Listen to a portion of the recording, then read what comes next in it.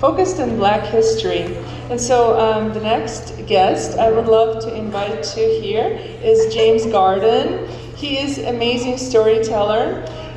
Who is familiar with the Moth Radio Hour or Moth Storytelling? Does anybody know what that is? On NPR, they have, it's a very famous storytelling company that just is focused on personal storytelling, and James has just did an amazing segment on it, and he's about to share his wonderful story with us.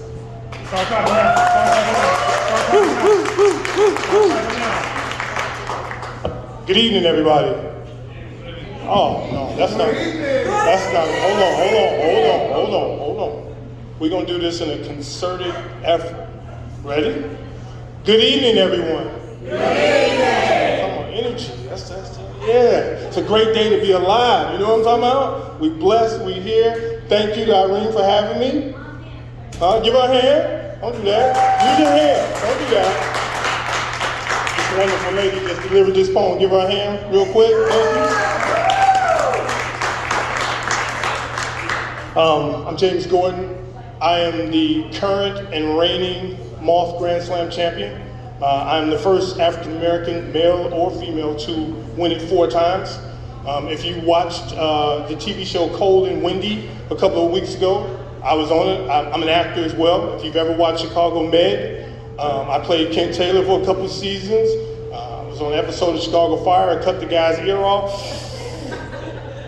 Yeah, that was bad, and several other things. You've probably seen a commercial like, oh my God, who's that handsome black guy with the muscles right there? That was me.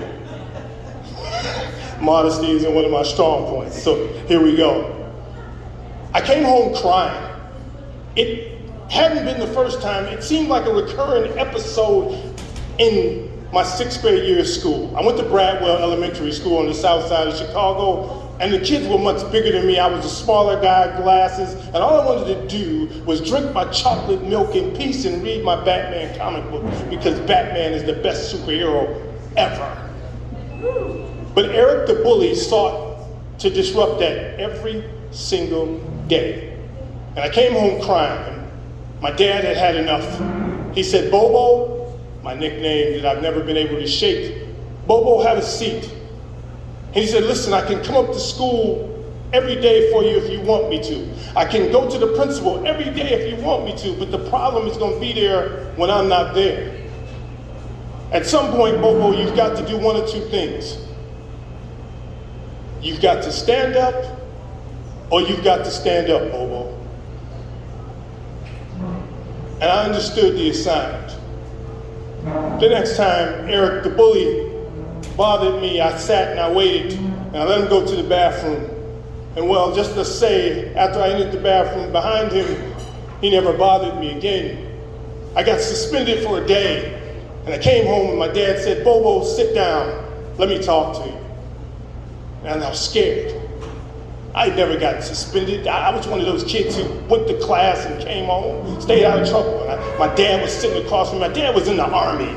He was a serious dude, a gentleman, shirt and tie, sport coat. When he went outside, serious dude, and he looked at me, he took his glasses off, and he said, Bobo, well done.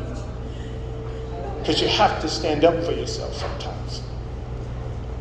My dad was like most men, flawed, because no person walking this planet is perfect. But my dad was the best dad he was, because he was always present. He always had the right thing to say. When he had a stroke, he still taught me how to tie a Windsor knot by talking me through it and being real patient with me. And he taught my brother too, who was several years younger than me. My dad had this thing, if he brought something for one of us, he brought something for both of us. And he always said, you never bring for one and not the other. When my dad passed away, the first thing he did, he got us a home. He got us our first home, which we still have lived in 20 plus years now. He did that. He had the machinations to do that. And he said, son, when you become a father, be better than I was to you. This is the speech he gave March 22nd, 1992, 10 a.m. in the morning, hours after my daughter Morgan had been born. And I remember going and sitting in the hospital. I dozed off. Can't lie to you. I fell asleep and they said, hey, Mr. Gordon, you have your daughter's born. I said, oh, okay, and I went back to sleep. I did, I was tired, I had work that day. And then they said, no, hey, Mr. Gordon, come see your child. And I went in there, I was excited, I was like, oh my God, I helped create another human.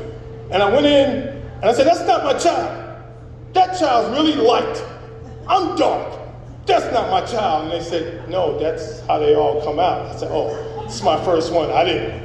I thought some shenanigans that happened and I had no part of. But I saw her and I made a vow right then. I said, I'm going to give her everything. People have this thing they tell parents, don't spoil, or they say, you're going to spoil her, they're going to spoil him. And I think that's exactly what's supposed to happen. My daughter wanted Barbie. Well, hey, I was working, bills were paid, lights were on. Sure, she could have Barbie. My daughter loved wrestling. Loved wrestling. I'm gonna take some of y'all back to like Shawn Michaels and John Cena, huge. So I always got her t-shirts and we always went. I remember the time we went to WrestleMania and she says, oh Dad, I know it's a lot of money. Don't worry about it because you're just a teacher. I was a teacher then. She said, I know teachers don't make a lot of money, Dad. I said, what do you know about my life? But that's okay, then we can watch it on TV. I said, sure, and she didn't know when I took her out on a Sunday that we would wind up at the Rosemont Horizon, that's what it was called before it was the Allstate Arena, and we were at wrestling. And she says, Dad, oh my God, and she just freaked out and she was crying. She says, Dad, you're the best dad ever. You couldn't pay for that moment.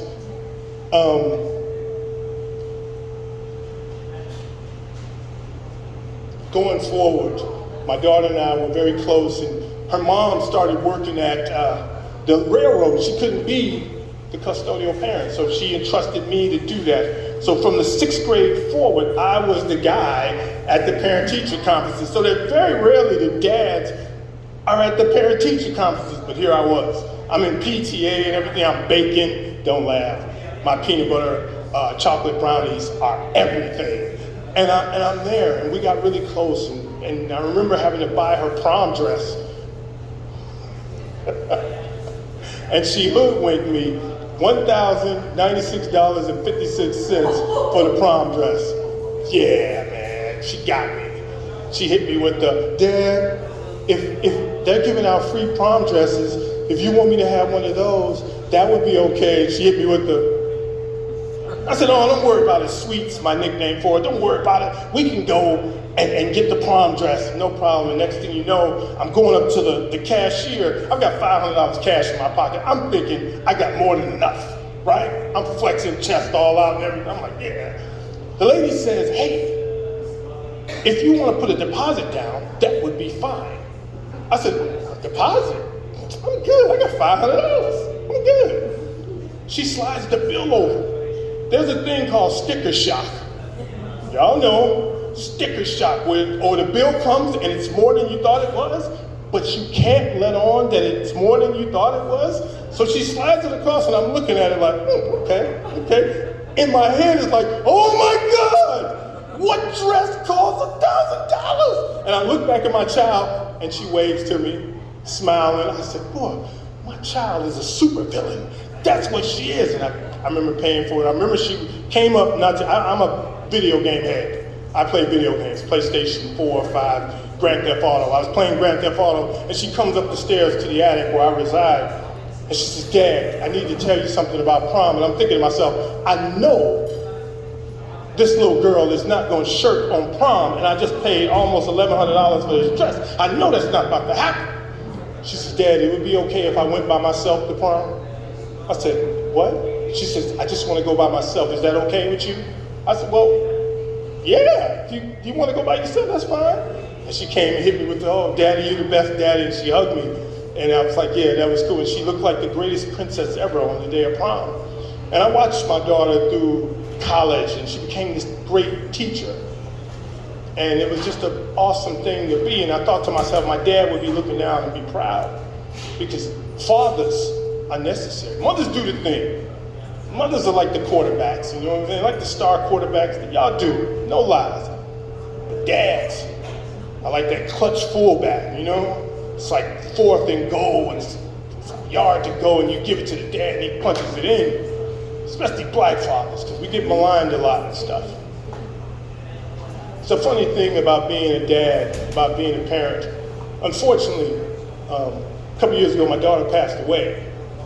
And you lose. It's a thing you don't wish on anybody. You know what I mean? But here's what I learned from that. For 28 years of my life, I was a dad. I got to be a dad to a wonderful young woman.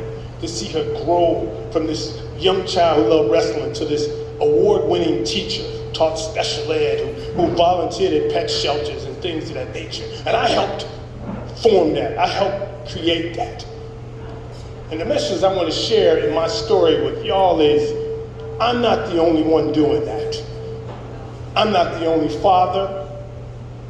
I'm not the only black father that's helping raise a Swedes or a young man.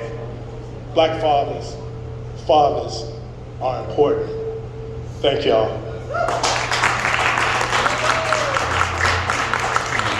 I got books. I like poetry too. I got books for sale over here. Come on over. Thank you so much, James, for this amazing, sincere, touching story. It was so meaningful and profound.